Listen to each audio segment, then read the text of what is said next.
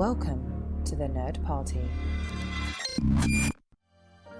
Let the filibustering begin. Welcome to Nerd Party.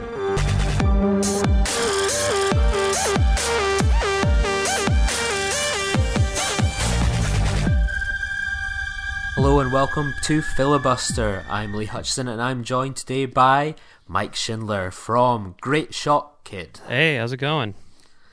Not too bad, not too bad. It's kind of, everything seems to be getting back to normal now, and it's kind of, the cinema season's in full flow here, so we've got all the big blockbuster movies coming out now. We've got all the, well, I say blockbuster, we've got all the La La Land, Manchester by the Sea, all these movies are finally coming out, so it's a good time to be a film geek in the UK. Yeah, nothing screams blockbuster like Manchester by the Sea. I know, I'm so excited to see it. So yeah, it's all starting to come together. It's looking like it's going to be an exciting year at the cinema. Yeah. But we're not going to talk about 2017 today. We're going to go back all the way to 2001. So, looking at 2001 at the cinema, it was the year that kickstarted the Harry Potter, Shrek, Fast and the Furious, Bridget Jones, The Lord of the Rings, and the Ocean's trilogy, and of course, Blue Steel. Studio Ghibli broke into the American mainstream with Spirited Away. Richard Linklater dropped a little-known film called Tape. Amélie brought French cinema to the masses. Spielberg put a bow on Kubrick's career with AI. American Pie returned for Spring Break. Jake Gyllenhaal was Bubble Boy, then Donnie Darko. Jurassic Park returned with Talking Raptors. David Lynch scratched heads with Mulholland Drive, and Wet Hot American Summer came and gone. Whatever happened to that? So, Mike, I reached out to you and Tristan originally a few weeks ago when I was sitting and watching Donnie Darko. It was re-released back in the cinema here over Christmas, and I was like, wow, 2001 was an amazing time to be a film fan. Do you guys want to talk about your favourite films from 2001? And you immediately were like, yes, I want to do that. So, what was it about 2001 that kind of specifically appealed to you when the topic was mentioned? Well, I think my exact words were, that's an odd choice, but I'll do it. So, yeah. I mean, 2001 to me is not like the best year for movies. I mean, that to me is 1999, you know? I mean, you got 97, 99... You know, those are like the big heavy hitters of all time, I think, but of the era in particular. But, you know, I was like really, really, really, I don't know. It really, because like I look at the movies back then and I'm like, oh, so many good movies. And I look at the movies from like a year or two ago and I'm like, yeah, there were a lot of, you know, decent movies that came out. And I don't think that it's the movies which have gotten better or worse. I think it's, you know, me who has become more jaded, you know, as a quote unquote film student back in the early aughts and late 90s and everything. And I was just like experiencing all of these types of movies for the first time. I was really sort of like discovering the art form. And when I'd see something which, you know, I had never seen before, it really made a huge impact on me. Whereas now, I'm like, I saw that 15 years ago. Psh, who cares? You know what I mean? So yeah, absolutely. Like, I was a film student as well, and like I was kind of at that age in about 2001 where I was getting like independence. Like, I lived in the countryside, so like being able to kind of, like, just now I can literally walk down the street and see anything and everything. Like, today I'm still in the midst of my Christmas holidays, and I went to see, there's not much kind of on today that I've not seen already. I'll go see that new James Franco movie, and I can literally just sit in the cinema and walk out, and it's so disposable. Back in 2001, it was like an adventure to go to the cinema. It was like an experience to go, and I was being like flooded with films that I was seeing and experiencing for the first time in quite a different way than I'd kind of done before. So it really informed my kind of period, whereas I kind of do have that jaded thing that going to the cinema, apart from maybe see like, oh wow, there's a new James Bond movie's coming out, it's so easy, it's not overly special in a way that it was back in those days.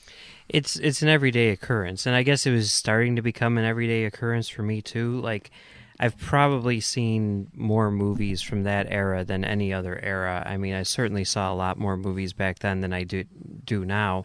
And, part of that was because I was a projectionist at the time, and part of it was because I was a film student, but that doesn't really mean anything because most of the people who I was going to school with were not really, they didn't go to see that many movies. I mean, Donnie Darko is a clear example. I remember that, vividly. I would see everything, and a bunch of my coworkers and I drove way out into the suburbs to see Donnie Darko at the one place that was playing it because we had heard so much, positive buzz. And, I came back to film school and I'd be like, oh, I saw that Donnie Darko movie. And all of my fellow film students would be like, oh, what's that? And I'm like, seriously, guys? Like, are you even trying? Or I don't get it. And then when it came out on video, like 6 months later, everyone's like, did you see Donnie Darko? It's the best movie ever. And I'm like, dude, that movie came and went like 6 months ago. Where were you? So yeah, I was definitely seeing lots and lots and lots of stuff, and but eagerly, I have to say. Yeah. That was like kind of my experience of like mine wasn't specifically a film school; it was like a film course, and like it would be one of those ones like, oh, do you want to go see these films? And there was like me and a couple of guys that we were just guzzling anything that was out, anything that we were kind of just pirate bandits. We were going to the cinema. We were just literally assimilating everything. We come into class and go, have you seen this new Pedro Almodovar movie? Not really, no. We were just out at the weekend. Oh, you weren't watching films all weekend? It was just like this isn't what I expected. Well, yeah, I actually, like 2001, the start of that was, kind of, I guess, significant in my college years in that after taking 2.5 years of film classes, I could not put up with it anymore. I was just sick of all of it. And I actually took a semester off to sort of like, go back and be able to just focus on, like studying film instead of taking film studies classes, if that makes any sense.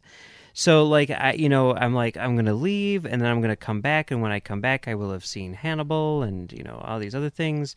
And then I will be rejuvenated. And that's what I did. So 2001 was sort of like my year of rejuvenation in terms of film.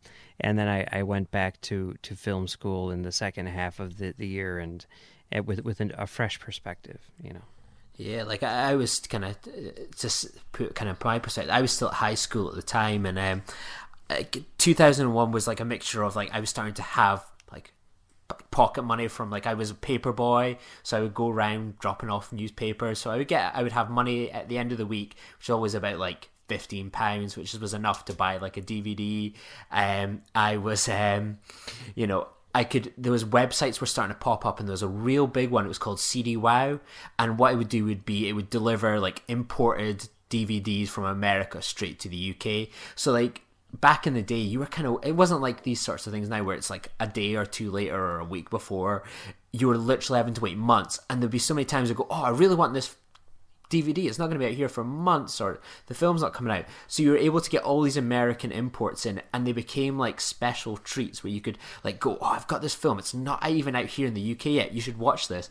And we would watch those kind of movies. It was a really exciting time to be like a young film fan. You could access them in ways that you previously couldn't. Yeah, and the internet was really starting to pop up. I mean, there was a series of websites which I would go to on a daily basis, like Ain't It Cool News, was the big one. And then also, like DVD websites like the Digital Bits and stuff like that. And it was kind of cool how there was sort of like this instant access to movie news and all that stuff, and trailers and everything, which was really kind of exciting too. Yeah, like I think of like that kind of period where like there wasn't even like a filter for me on spoilers then. It was just like the internet was there and it had it all, and I just wanted all those newses. Like I remember around the time the Star Trek Nemesis script was already leaked onto the internet, like people were already revealing what was going to be happening in Attack of the Clones, like all these movies coming out months later. It just took it all in. I was like, it was just an untapped resource of just information that you could then further go on and talk about. Whereas now I'd be like, no, I don't want to read that or avoid it. Then it was just overwhelmingly exciting to access. Mm-hmm. Yeah, for sure. So let's go into like 2001. So we've kind of put together like a list of 5 movies that kind of mean a lot to us from 2001. So I'm very curious to hear your list, Mike. So what would be kind of, obviously mine are in no order, so I don't know about yours, but what would be kind of one of your first of your 5? Yeah, mine are in order, and I've made top 10 lists every year since like 1997, and it's really interesting kind of going back and looking at what my top 10 list was from 2001 and how it differs now with time, whether my perspective has changed or which movies hold up and which don't. But my number 5 movie from 2001 as of now is Ocean's 11 by Steven Soderbergh. Now, I know that that's rather predictable of me, because I'm a Soderbergh fanboy. And, in a lot of ways, Ocean's 11 is kind of one of his lesser works because it's sort of like, his maybe fluffiest piece of commercial whatever. Well, actually, I'd say Ocean's 13 is, but regardless.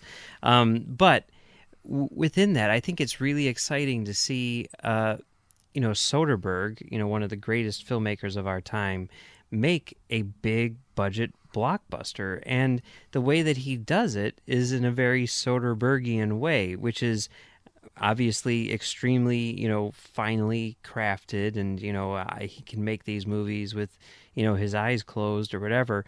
But he brings like a certain amount of like grit and edginess to this thing, which sort of like grounds it in a sort of indie cinema perspective, or I can't think of the word, but yes, I mean it's got a bit of an edge to it, which makes it stand out from your typical blockbuster fare. But it's still obviously a really, really big crowd pleaser. And I remember like watching this when it came out and thinking like, it's weird that this is going to be accepted by the mainstream. It's weird that he got this much money to make this movie and that people are going to love it and not think anything of it not being super high, glossy, whatever. And yeah, I think it's really well done, and that's my number 5. Yeah, that was a film I saw in the cinema in 2001, and I think like it was just one of these movies that my parents aren't big film fans at all, or that I've never got like my love of cinema from them, but they were keen to see like Ocean's 11 just surely based on like it's George Clooney, it's Brad Pitt, Julia Roberts. It's like the ultimate kind of big screen cast, and I think that appeals to so many people that you look at it and you think, oh, it's this big blockbuster movie in terms of the cast, but as you say, it's got this indie sensibility that kind of runs through the whole film, and it's just so purely enjoyable. And I enjoy Ocean's 13. I've got no real issues with that one. I think it's it's kind of pretty disposable, but it's nonetheless quite fun. But yeah, Ocean's 11 is a treat of a movie. Yeah, for sure. I mean, they did what the original Ocean's 11 did. It's not like a remake of Ocean's 11 so much as it is an update. It's what Ocean's 11 would be if it were made in 2001. And it's a much better movie than the original Ocean's 11, and it's a lot of fun to watch. Yeah, I think, and like you should plug it as well. I think you had a really good podcast where you compared the old one to the new one, if I remember correctly. Yeah, we did that on Stage 9. We did that, it was, I forget the name of the episode or whatever, but it was right around the time of the 50th anniversary of Star Trek, because George Clayton Johnson, who wrote The Man Trap, was also a writer on the original Ocean's 11. So we looked at both the original and the new ones. It's pretty good. Yeah, like yeah, we'll put that definitely in the show notes. It's such an enjoyable episode. It definitely it's quite cool to compare the two and talking about those kind of the comparisons between then and now. So for me, my first pick, and it's a movie that brings me no end of joy, is Baz Luhrmann's Moulin Rouge. I went to see this in the cinema on a date. It used to be that like Aberdeen in the old days just had like kind of two cinemas, and like the big multiplex was all the way down at the beach, so you'd have to get like the train to Aberdeen, and then you'd have like this 25-minute walk down to like the seafront to go to the cinema. So I remembered me and this girl went on a date all this way to this cinema, and I was kind of like a bit sneaky, like I don't want to see this romance movie, but you know what, I'm happy to go. I remember just being transfixed straight away. Like, I love the songs, the musical, the spectacle of it. It's just so fantastic, and it's a movie that I've probably watched most out of from 2001 since. Even kind of a couple years ago, they re-released it for the day back into the cinemas here in the UK, and it was on Valentine's Day. I was newly single at the time, but I wasn't going to be deterred. I was going to see Moulin Rouge. So I went to this one night only screening of Moulin Rouge. I had this gay couple next to me drinking from like out of a wine box. I had this couple madly in love right next to me on the other side, and there I am all by myself. And I was like, I was still so happy to be there watching Moulin Rouge. I just think the performances are so great, and Ewan McGregor is just one of these actors that I just think when he's on top form, he's just one of the greatest actors on the go at the moment. And I think it's one of these movies where it grips you in with the stories, the music, the colour, the set design. I think Nicole Kidman's performance is excellent. It's got it all. And I think it's one of these movies that I think has become a bit of a modern classic. You know, it's probably more famous for the Lady Marmalade song, but I think it's probably, could be argued, it's Baz Luhrmann's best film. Maybe that's just me. I'd put Great Gatsby ahead of it myself, but I do like Moulin Rouge quite a bit.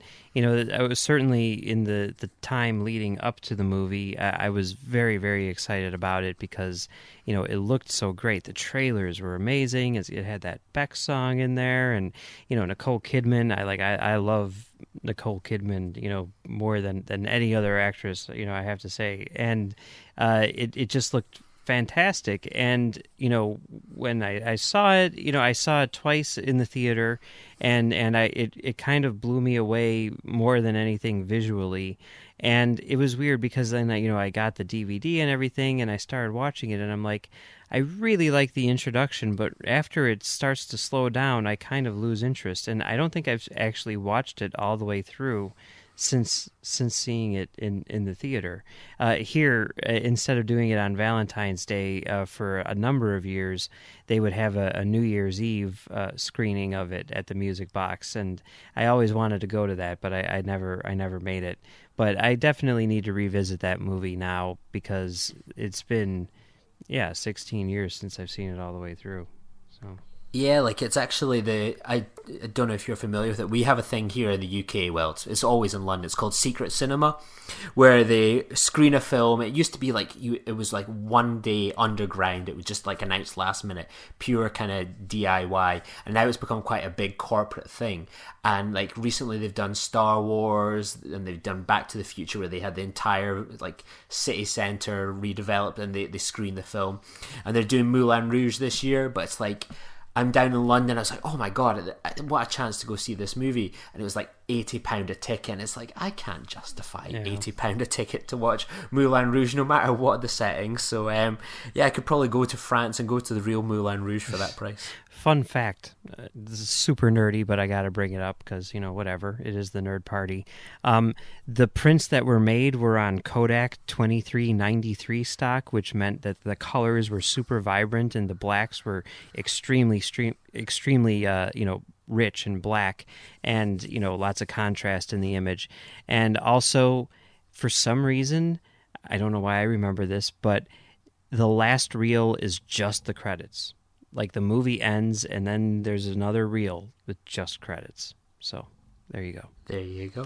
I'll throw in another nerdy fact. Have you ever seen the footage of Nicole Kidman and Ewan McGregor at the premiere for Moulin Rouge? Was this where they find out what the title is for episode 2? Yeah. That's my favorite video of all time. Yeah. I'll put the audio at the end of this episode. There's your reward. Stay tuned. It's just brilliant. Like, oh, do you know the new the movie's going to be called Attack of the Clones? Get out, Nicole.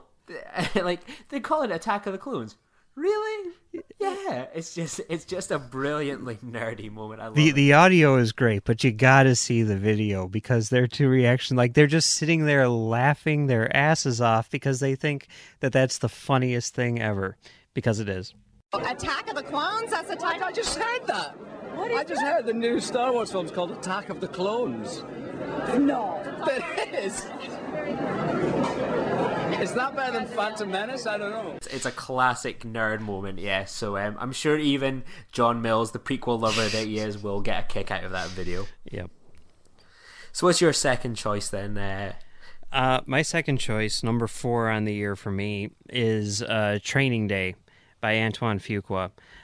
This is a movie that, I was really, really looking forward to because I saw Replacement Killers opening weekend and instantly fell in love with Antoine Fuqua. And I felt like no one else really appreciated this guy's work. And, he made like one other movie in between, Bait, which was also, really decent. Written by Tony Gilroy, by the way.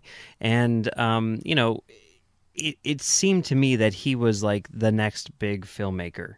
And it seemed like no one was paying attention to this guy.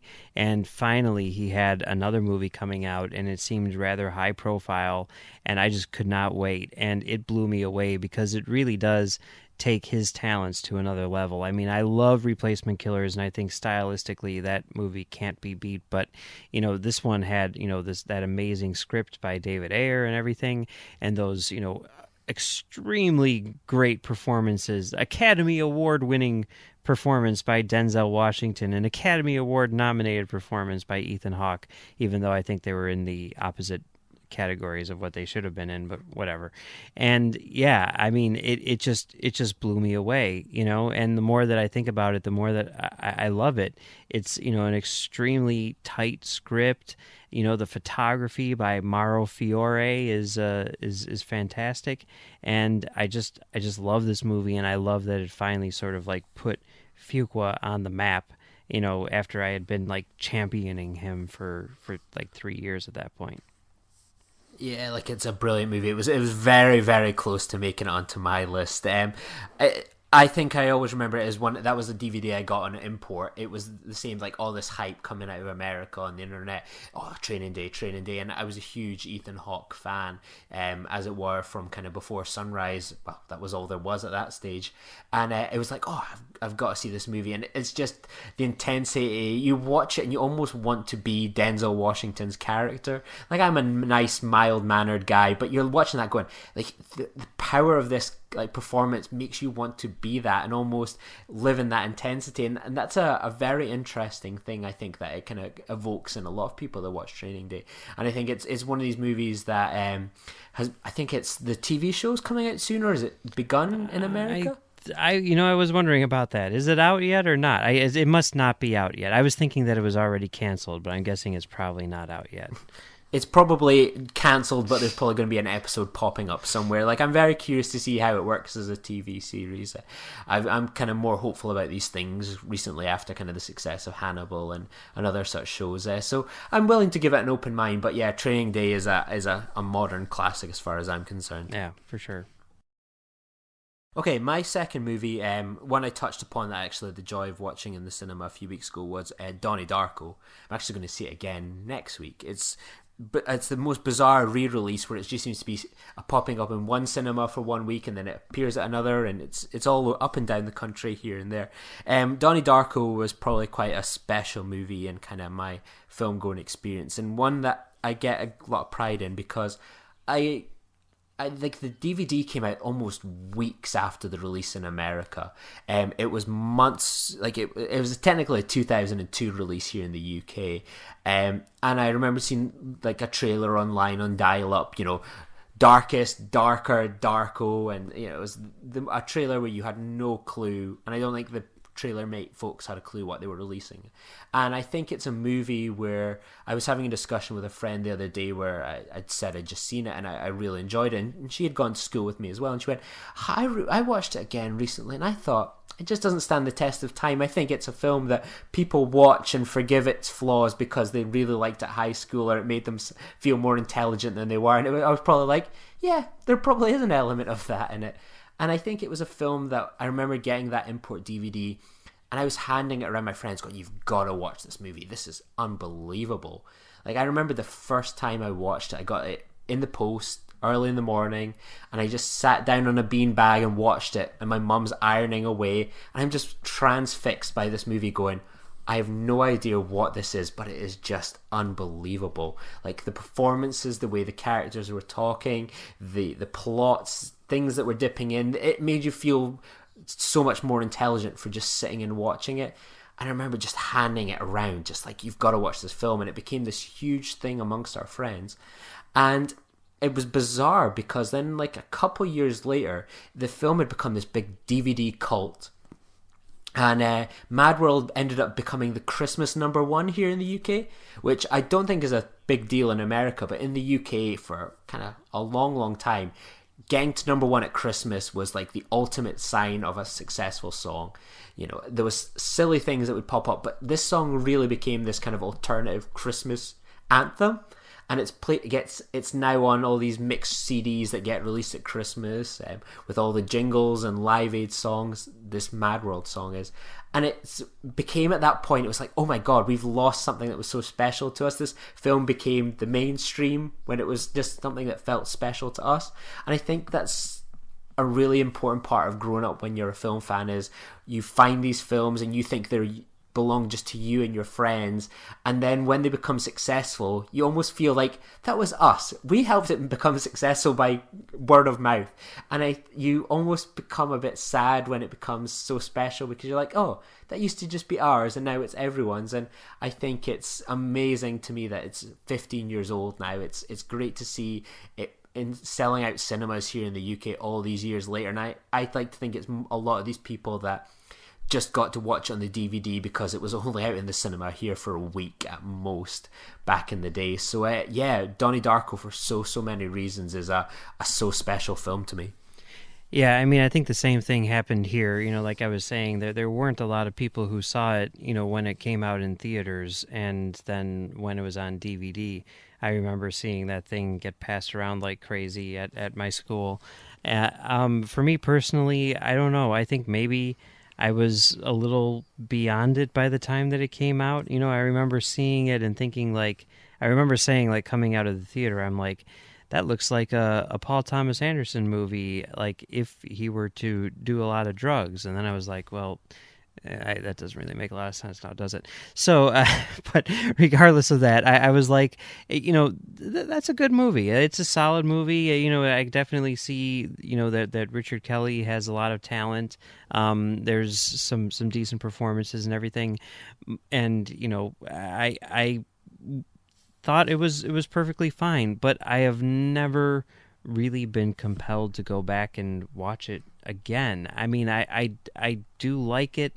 I'm intrigued by this director's cut thing which is out there, and you know, I'm intrigued by Richard Kelly because I've liked a lot of stuff which he's done since. He's always seemed like a guy who has like a lot of great ideas that may be a bit more ambitious than his resources, you know, thinking about like Southland Tales and even like The Box, you know, and everything. To me, like the Richard Kelly thing, which I love with all my heart, is Domino, the Tony Scott movie. But you know, I do think that Donnie Darko is good. I definitely see what you're talking about, and I saw it, you know, firsthand when it came out. And, you know, even here, you know, like at the Music Box in Chicago, which runs like midnight shows, they would run it all the freaking time, which made me like really mad because I'm like, how come you're not running Boogie Nights? How come you're not running Pulp Fiction? What is this? You know, but yeah, they would show that thing like crazy. And yeah, I mean, I can totally see why it's special to a lot of people, but I think it missed the mark, or I missed the mark with it by just like a year or two, you know? Yeah, and a lot of these films, it's just all about when it strikes you at the right time. That where were you kind of mentally at 2001? And as I say, it was one of those movies that just, you know, resonated with like a young teenage boy, and it's always going to have a free pass. And Richard Kelly will be someone I will just kind of check out solely based on that movie. I remember going to see Southland Tales in what was basically an empty cinema one Saturday afternoon. I think that's a podcast in itself. And I went to see Box and, you know, a Domino. Like, I would have seen Domino anyway, but Richard Kelly, like, he was still one of these names you were kind of tracking. It's like, it ties back to that Ain't It Cool. He was like the darling of Ain't It Cool, and you were almost getting these updates all the time on what's Richard Kelly doing next, what's the next idea from his, you know, box of tricks essentially. And it's a shame to see him kind of essentially have kind of vanished a bit in the past few years. He's probably kind of like that Kerry Conran who did Sky Captain, just one of these heralded big names that just essentially vanished. He's big on Twitter, but it's not really much for a filmmaker. Yep. Oh, well. So what's your third choice then, Mike? My number 3 movie is Brother by Takeshi Kitano. This is a movie about a guy, like it stars Kitano, and he's like a gangster in Japan who basically gets screwed over and needs to flee the country for his own safety. So he moves in with his younger cousin in LA, and basically sees like his cousin is like, you know, kind of like a small time crook sort of thing, and he's hanging out with some other guys who are also small time crooks, including Omar Epps. And basically what Kitano's character does is takes these guys and forms his own, you know, sort of like Yakuza gang in LA, and they become like the biggest gang, you know. And it's sort of a, you know, your typical rise and fall story, you know, in that sense. It's a very typical sort of like gangster story. But the thing about it, the thing which really resonates, you know, with me and you know, sort of like the heart of the movie as suggested by the title, is, you know, the relationship between Kitano and Epps' characters. Like these two people who come from completely different worlds, they don't even speak the same language, and yet they form this bond, you know, which is like inseparable. And it's just about their friendship, you know, about their brotherly love for each other, and it's really, really beautiful. The direction is fantastic. You know, Kitano, he's got this style where it's very, very calm, very, very still, like beautiful compositions, and these sort of like mundane, everyday things happening inside the frame. And then it's just like punctuated by these like extremely graphic bursts of violence. Like the original cut, you know, didn't even get an R rating. Like that's how violent this movie is. But those violent moments are very few and far between. And they've got this score, which is like extremely melancholy and just beautiful, just like basically like piano music. And the whole thing is just beautiful. It's just heartbreaking and everything. This is the first Takeshi Kitano movie I've ever seen, and it was weird because when the reviews came out, people were like, it kind of sucks for Kitano. And like I went to like the Art Institute here in Chicago did like a marathon of like all of his movies shortly after this thing came out, and I watched all of them, and I'm like, none of them are as good as this movie. I don't understand what people are talking about. But yeah, definitely check it out. You know, I know that it's a very small movie, and you know, a lot of people don't like it. I love it. I love it passionately, for sure. Yeah, it's a film I can only tell you. Just remember seeing the VHS cover in Blockbuster. It's a film I've not ever seen. So yeah, I have nothing whatsoever to contribute to this discussion. Yeah, I mean, like it came out in theaters. It was playing at this theater out in the suburbs. I didn't drive at that point, so I took the bus to see it one day just because I was like, it looks cool, and it completely blew me away. And that night I called up all of my friends, and I'm like, you have to see this movie, but I guarantee you it's not going to be playing next week, so we need to go tomorrow night back to that same theater. And it was like us and like 2 other people in the theater again, and, you know, blew me away again. And yeah, I've loved it ever since. Yeah, mate, I'll have to check that out. That'll be on my I've still got like 5 days worth of holiday time to kill, so I'll maybe try and squeeze it in before then. Excellent. This one will become no surprise to anyone, but the Royal Tenenbaums.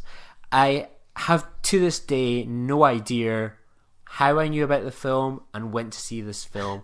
It's just escaped my mind. The only thing I can truly remember about planning it was I lived in a countryside, and the high school I went to was like another town away. And I remembered sitting in this community centre one Friday night and going to my friend, I'm going to go see Royal Tenenbaums in the city tomorrow. You want to come along with me? Yeah, sure. And then we went. And I have no idea how I knew about the film. I don't think I'd seen the trailer or anything, but I just knew about the film. I think it was maybe just like Ben Stiller or something like that. I thought, oh, he's always funny. I want to go see this film. Like, I'd not seen any Wes Anderson films by this point, so I just went along. And I remembered sitting in a cinema, like opening weekend, and it was dead. There was maybe like a couple people there. Change days for what you probably get for a Wes Anderson film these days. And I went to see it, and I was just like totally transfixed straight away. I remember then having to buy the import DVD. It's only finally come out here on Blu-ray this past month, and it's just a film that I'm not going to bore people endlessly with how much I love it, because I think there's about 60 filibusters where I've done that already. But yeah, it's one of these perfect films, and you watch films like this where I was getting to that age where before, when I would go to the cinema, it would be films that my parents and family would all want to see. It was pretty general, basic stuff, really. Your Star Wars, your Lord of the Rings, all these things that are great and enjoyable, but they're not kind of specifically tailored to my personal tastes. And then seeing something like Royal Tenenbaums just opens up your imagination to what cinema can be. Like, you see a film like this and you think, I've not seen anything else like this at that age, and you want to see more movies like this. You want to discover like filmmakers, directors that have this unique flair. Who inspires Wes Anderson? If people like Wes Anderson films, what other movies do they like? And it really opens up like an entire world. And I think when you're a young film fan, like, you start watching a lot of films, and you start to go like kind of down the garden path with them. You think, oh, this Paul Thomas Anderson, what's this Boogie Nights is pretty interesting. Maybe I'll go check out Hard Eight. Then you wonder, oh, like he is into Robert Altman films. Well, I'm going to go check out some of these films. And you just start to discover all these movies, and you're at the age where you can seek them out, you can find them more easily than when you're a kid. You see a movie and you think, oh, I enjoyed that, and I'm going to have to just go off into the wilderness with it. And Royal Tenenbaums was key to kind of opening up my film development and language, and it's a film that will always hold a special place in my heart. Yeah, I mean, like, I have that same story with a lot of other filmmakers who are not Wes Anderson, but when Rushmore came out, everyone was like, oh my God, this is the most amazing thing. And I went to see it, very sort of excited to see it because of the buzz, and I came out thinking that it was a decent movie. But I think there was like so much positive buzz over Rushmore, and people were looking forward to the new Wes Anderson movie so much that, when Royal Tenenbaums was coming out, there was, the buzz was unstoppable. Everyone I knew was like, I have to see this movie as soon as humanly possible. And I myself got caught up in it, and I'm like, oh yeah, this movie does look really great. I can't wait to see it too. And, I watched it at work, and, I came out of the movie, and like everyone, around me was like, that was so amazing, had the reaction that you had. And my reaction was like, yeah, that was good. Yeah, that was good. But I don't know whether it was peer pressure or whether it was because I was much more forgiving of movies back then or whatever. But I remember like thinking, like trying to convince myself that I liked it a lot more than I did. And like I got the DVD when it came out, because that's what I did back then. If I halfway liked a movie, or if there was a scene in a movie which I thought was, like really interesting or something, I would buy the DVD. And, I watched it again, and I'm like, that was fine. And then when like Life Aquatic came out, the same thing happened, and I'm like, oh yeah. And I remember sitting in the theater watching it and thinking like, that's okay. Yeah, that was fine. And then when the next one came out, what was the next one after Life Aquatic? Darjeeling Limited, which I did not like. Okay, so when Darjeeling Limited came out, that was when I had my sort of like Wes Anderson epiphany, where it's like, I don't need to see the next Wes Anderson movie. Like, I've never seen a Wes Anderson movie I haven't liked, but they've all been okay, and I know what I'm getting, and it's not something I need. And I did not see a movie by Wes Anderson from, like, I went from Life Aquatic to the next one that I saw was, what was the one with the camp? Moonrise Kingdom. Yeah, haven't seen anything in between, You've not seen Fantastic Mr. Fox? I have not. Oh, Mike, yeah. You got to watch Fantastic Mr. But Fox. see, this is what everyone has said about every Wes Anderson movie since Rushmore. I'm going to find a really tenuous link to Star Trek or Star Wars that will force you to do it, have an opinion on it, and release a podcast. All right. I'm so jealous right now that you've not seen it. Bizarrely, it's Fantastic Mr. Fox is a film that is the most Wes Anderson released film here in Edinburgh. We have things called Junior Club at the indie cinemas where they'll show kind of movies for kids like Mary Poppins and Studio Ghibli movies, and Fantastic Mr. Fox is always guaranteed. Every 2 months, 11 o'clock in the morning on a Saturday or Sunday, you will have a chance to see Fantastic Mr. Fox here in Edinburgh. It's probably the most repeated film here in the city. Yeah, one day I'll watch it. Absolutely. My fourth one would probably have to be. This was so hard because there's so many films that you want to mention for the personal experience or you just love them. But I was gonna go with Fellowship of the Ring, but I thought no, I'm gonna go with Mulholland Drive. That was that was an import DVD movie for me as a kid, and I think I originally only got it because I heard there was some lesbian scenes in it, and I'd kind of seen some David Lynch movies and I thought they were kind of relatively interesting, and I thought, okay, yeah, I'm a young teenage boy, I've got an internet account, I can order films, yeah, I'm gonna get this Mulholland Drive, cool. And I remember getting it, and I came home from school one day and this package had come from America, the import DVD was here, and I sat down to watch, and I was like, oh, can't wait to watch this lesbian action. And it was just one of these movies that just it just blew me away. It was another one of those movies that you just felt insanely smart by just watching it. And it became another thing kind of like Donnie Darko, where amongst friends we'd kind of we'd watch it late at night. We'd kind of all just kind of go around to one person's house and go, right, what movie are we going to watch today? We're going to watch Mulholland Drive.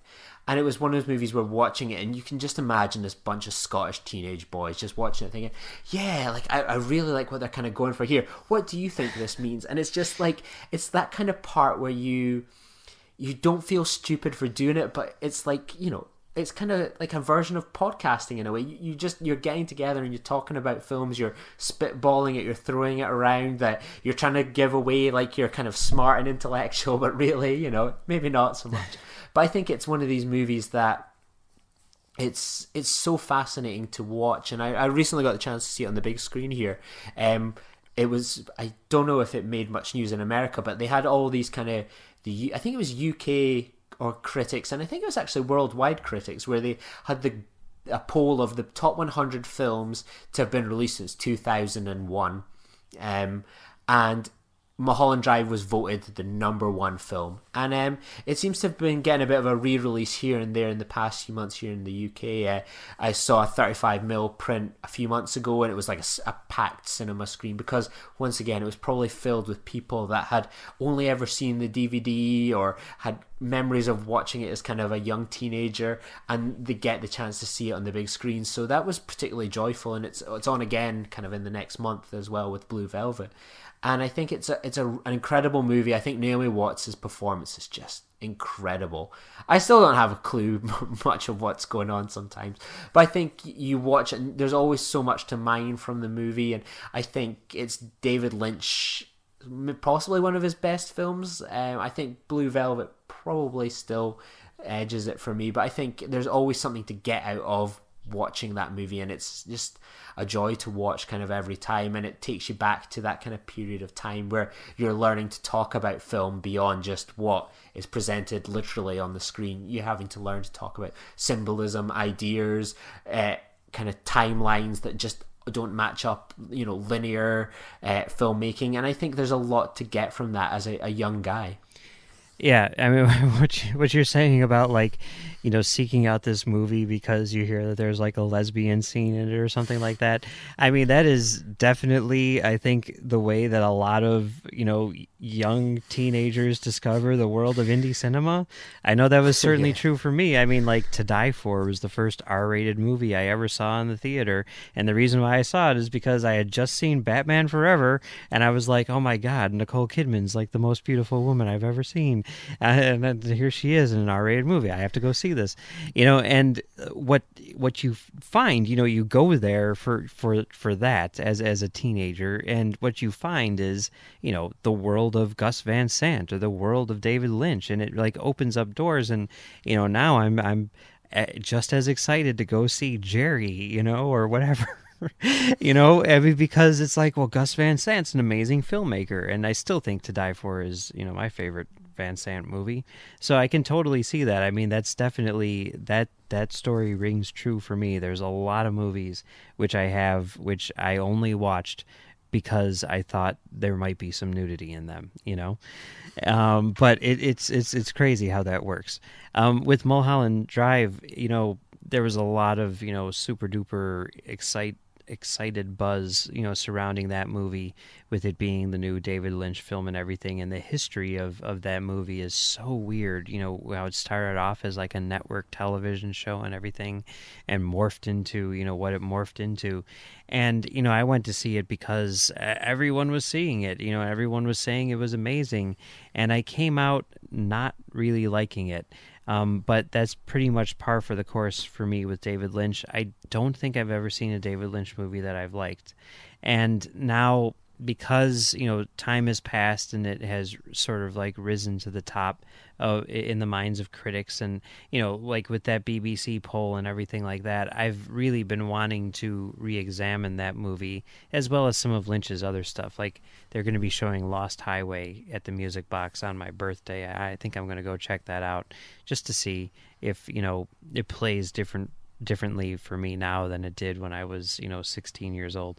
But I'm wanting to see I'm wanting to see Mulholland Drive again for sure, and one day I'll definitely get around to it.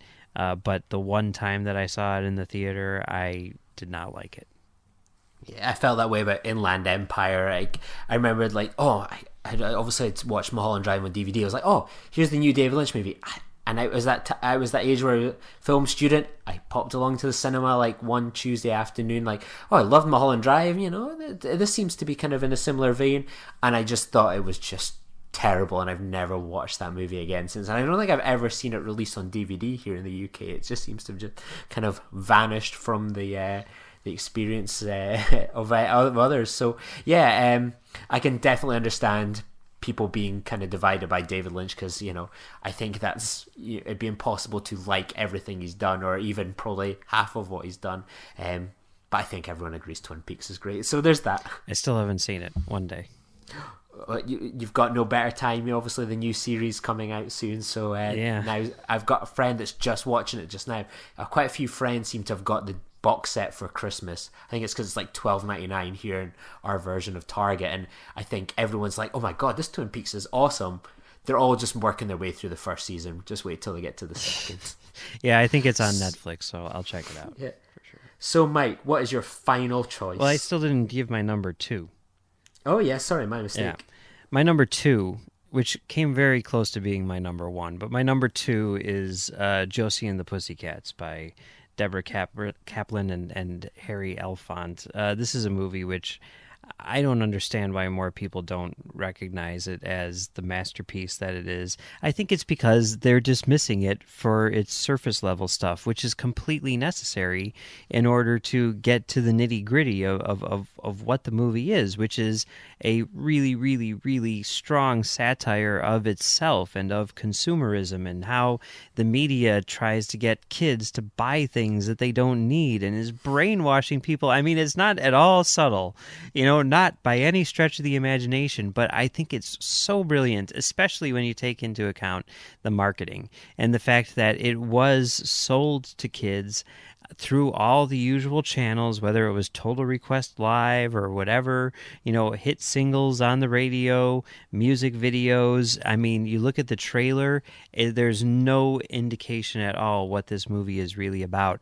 And it gets all of these teens into the theater through those normal means, and they're immediately hit over the head with this, incredibly smart satire where it's basically saying, hey, you know how you just spent a bunch of money to come and see this movie because you were promised that it would be great and all of your friends are saying that it would be great and blah blah blah? That was dumb. Don't do that. We're going to make fun of you for the next hour and a half, and I just think that that's so brilliant. I mean, and they were really taking it seriously too. It's not like this was, just like a piece of fluff or anything like that. They got, freaking Matthew Libatique to shoot this movie. Like, this is the movie that he shot the year after Requiem for a Dream, okay? And this movie looks amazing. Like, the colors, the way that they pop, everything. Oh, my God. This movie's so good. Rachel Lee Cook's performance is fantastic, not to mention, Alan Cumming and Parker Posey. I mean, this movie is so good. It's so smart. It's ruthless in its satire. And, most people dismiss it because they see it as being an adaptation of an Archie comic or of a cartoon or whatever. And it is that. But it's so much more. It's so much more. If you have not seen Josie and the Pussycats, watch it. It's amazing. Yeah, when I looked at the list, I had this down as this was a nailed on Mike Schindler choice. And I'm so glad you mentioned it because I can make a comment about it because I dismissed it as a young teenage boy. My girlfriend at the time and her friends were how old were we? 15? Something in around 15, kind of. And she was really big into it. They were big into, Josie and the Pussycats, Josie. They would quote it, sing it, quote it, everything. And I was like, that film is so beneath me. I'm really into this proper movies. That's just a kid's cartoon. I'm not going to watch that. Oh, you got to watch this movie. You got to watch this movie. No, I'm not going to watch. You should watch these movies I'm recommending. I don't think I've changed actually. But they made the same argument. No, it's really, really good. And I remember I watched it one time and I was determined that I was going to dismiss it straight away from the start, and I watched it and I went, it's fine and stuff like that. Yeah, that makes an interesting point, but I really do need to revisit it because I've heard that argument made by yourself so passionately quite a few times, and other podcasts I listen to have made that claim as well. So it's you know what, I need to revisit Josie and the Pussycats, and one day I will watch it, enjoy it, and I will reach out to my ex-girlfriend through Facebook or whatever and go, hi, do you remember me? I was that guy that said that film was a load of nonsense. Yeah, you were kind of right. And then we will be friends forever again. So yeah, Josie and the Pussycats, you're totally right. People dismiss it. I dismiss it. And I admit I'm probably highly wrong in that, dismissing it. But I'm determined that I will make things right one day. I hope so. I hope so. It's so good. It's so good. Definitely check it out. So, the last movie time. Will we both go in with what our last movies are then? Yeah, sure. Why not? Vanilla Sky. Vanilla Sky. What about you? Yes, Vanilla Sky. It's as if we accidentally knew each other's one from an earlier bit in the episode we have subsequently cut. Vanilla Sky. So, why is Vanilla Sky your number one pick there, Mike? I think because it has so much going on in it on so many different levels. I mean, anytime you have sort of a science fiction, element in a movie, that is immediately intriguing. But when you introduce a science fiction element into a movie like this, which is basically just a character piece, I think that that's really fascinating, and it's done so well. The way that the film is structured, the way that the film is edited, I think is perfect. Just giving you little bits of information, throughout until you get to the big reveal, and then you realize that there's so much more layered into it, that you never even saw or noticed or anything, and it's all there, and it's all so perfectly constructed. In addition to that, I think that the writing is fantastic. Cameron Crowe's script, not to mention the direction. The photography is absolutely gorgeous, which is something you wouldn't expect to see in a movie like this, but it's fantastic. And then you've got Tom Cruise's performance, which is amazing, not to mention an amazing supporting cast with people like Jason Lee and Cameron Diaz and everything, all bringing their A game.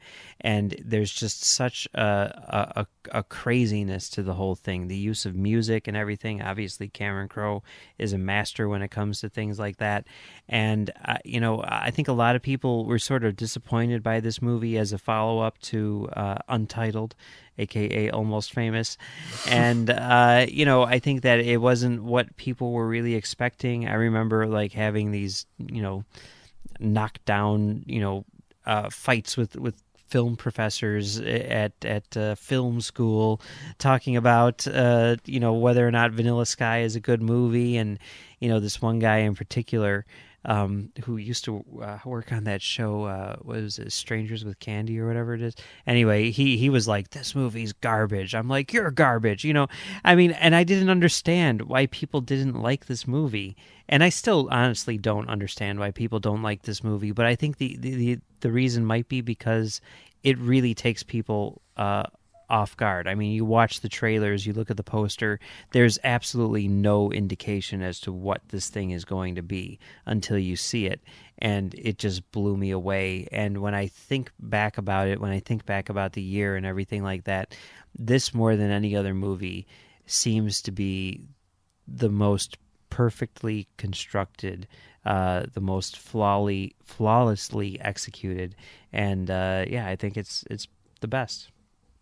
Yeah, like it's just a brilliant movie. I went to see it on a date, and I remember just like watching the trailer, thinking, "Oh, that looks pretty interesting," and it seems like a good date movie. Like the trailer is brilliant in itself, but it doesn't give you the indication that this is going to be some sort of sci-fi mystery. It just seems like a kind of quite an interesting drama.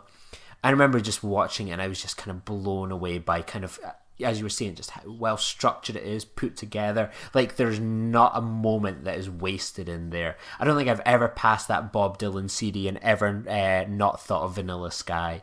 I think the film plays a great role for me, kind of, because you were talking about how you can watch it and you get so much out of it. And like at that kind of age where I was getting kind of my paper round money, DVDs were really kicking off. This was the kind of movie you thought, wow, like you come out of the cinema and you think, I really want to see that again, but like, you don't have the money and the time to go back to the cinema again as a young kid.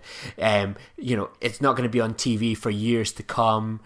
There's none of my friends had seen it apart from this girl I'd gone on the date with, and I was like, I really want to watch this film again. There's aspects I don't think I understood or I didn't see coming. I wanted, like, what was that part about? And like, it was those movies where you were like, I'm going to spend the money on the DVD so I can sit down, go through it again and again, and like pick out bits, pick out amazing uses of music. What was that song that played at that scene? And I think there was so much to mine from it. Like, that's why I think DVDs were like at their best were in those early 2000s. You had all this amazing content. Like, it felt like an investment in something really special. And to be able to sit with Vanilla Sky and pause it, write down what the lyrics were like from a song and go, what was that song? Type it into Google or, well, ask Jeeves at the time, what is this song? And be able to like then go download it. It had a great soundtrack. That Peter Gabriel, Salisbury Hill is like forever on my running playlist solely based on this movie. I think there's so much to get from this movie, and I think it's baffling it's never been released on Blu-ray. I don't think it's even come out on Blu-ray in America, if I'm correct. Oh yeah, it has. You need to go pick it up because it's got the original alternate ending. It's essentially a director's cut of the movie where they completely change like the last 20 minutes of the movie to what was originally done before they altered it because of 9/11. So yeah, that's out there, and you need to get back on CD Wow right now and pick that up, because absolutely it's not even like it's just like a special feature. Like, you can watch like the director's cut now, and it is fantastic. It's great. definitely. Excellent. I'll check that out. It's definitely not out here in the UK, so I really do need to check that out. But like that's the kind of the joy of that kind of movie. There's so much to get from it, and like the content's brilliant. And I think it's probably Cameron Crowe's masterpiece. I wouldn't go that far. Come on now. We've still got Untitled here, okay? It's 20 to 1 in the morning here. Like maybe I'm just a bit kind of tired and just spouting off nonsense. But yeah, I think it's a brilliant movie. And I think Penelope Cruz, like, she's just amazing in it. Like, I think you watch this movie and it sometimes frustrates you that she's not gone on to star in consistently more great movies. Obviously, she's been in some good stuff since, but she was just, you watch this movie and you think, that is a star. She's just incredible. And have you ever seen Open Your Eyes, the like original Spanish version of Vanilla Sky? I haven't, which I feel really bad about, because I mean it's so crazy that she's playing the same role and everything, and hearing Crow talk about it, and hearing who was the director? It was Alexander Aha. Is that who directed the original? Alexander Amenabar. Okay, all right. Aha sounds better. I thought, okay, who's Alexander Aha then? It doesn't matter. Anyway, you like hearing the two of them talk about it and their admiration for the other one really is kind of cool, and I definitely like they've described it as like. The original is like a classical version of the movie, and the second one is like a rock and roll version of the movie, that kind of thing. And yeah, I don't know. I need to check it out. I feel bad for not having checked it out. One day. Well, I need to check out the Blu-ray. You need to check out the Spanish dub. I think we've both got some good homework to go away with for the rest of the week. Yes, Alexander Aha is the guy who directed High Tension and The Hills Have Eyes remake. So there you go. Sorry. There we go. Sorry. My bad. It's no problem. Well, thank you so much for doing this, Mike. I think we've all kind of spoken off here. We might do other random years. I think 99 could be a fascinating year to discuss. I think this could be kind of a good fun thing to dip into once in a while, just picking a random date and seeing what memories and films are evoked from that. I'm sure we could do something like the 1960s for John one day. I think he lived through that. So yeah, I think there's a lot for us to kind of take away from this. So yeah, thank you so much for coming on today, Mike. I really appreciate it. Oh, thanks for having me. So if people wanted to find you elsewhere on the Nerd Party and beyond, where can people find your film views and opinions? Well, on the Nerd Party, you can find me with John Mills doing Great Shot Kid, where we talk about the people who make Star Wars. You can also find me on Trek.fm doing Stage 9, where we talk about the people who make Star Trek. And you can find me on my own website, commentarytrackstars.com, where we do audio commentaries for most of the movies which we discussed today, and as well as some other things, including we did an entire year-long, week-by-week retrospective of 1999, and other things like that. So head on over there and check it out. Yeah, and you can find me here on Filibuster most weeks, and you can find me on the Glasgow's Green football podcast. I don't think any nerds would particularly want to listen to that. And yeah, you can find me on Trek FM discussing Star Trek The Next Generation, which had a couple of good movies in the 90s as well. So thank you so much for joining me today, Mike. I really appreciate it, and hopefully people will find, a good excuse to return back to 2001. My heart going boom, boom, boom, son, he said.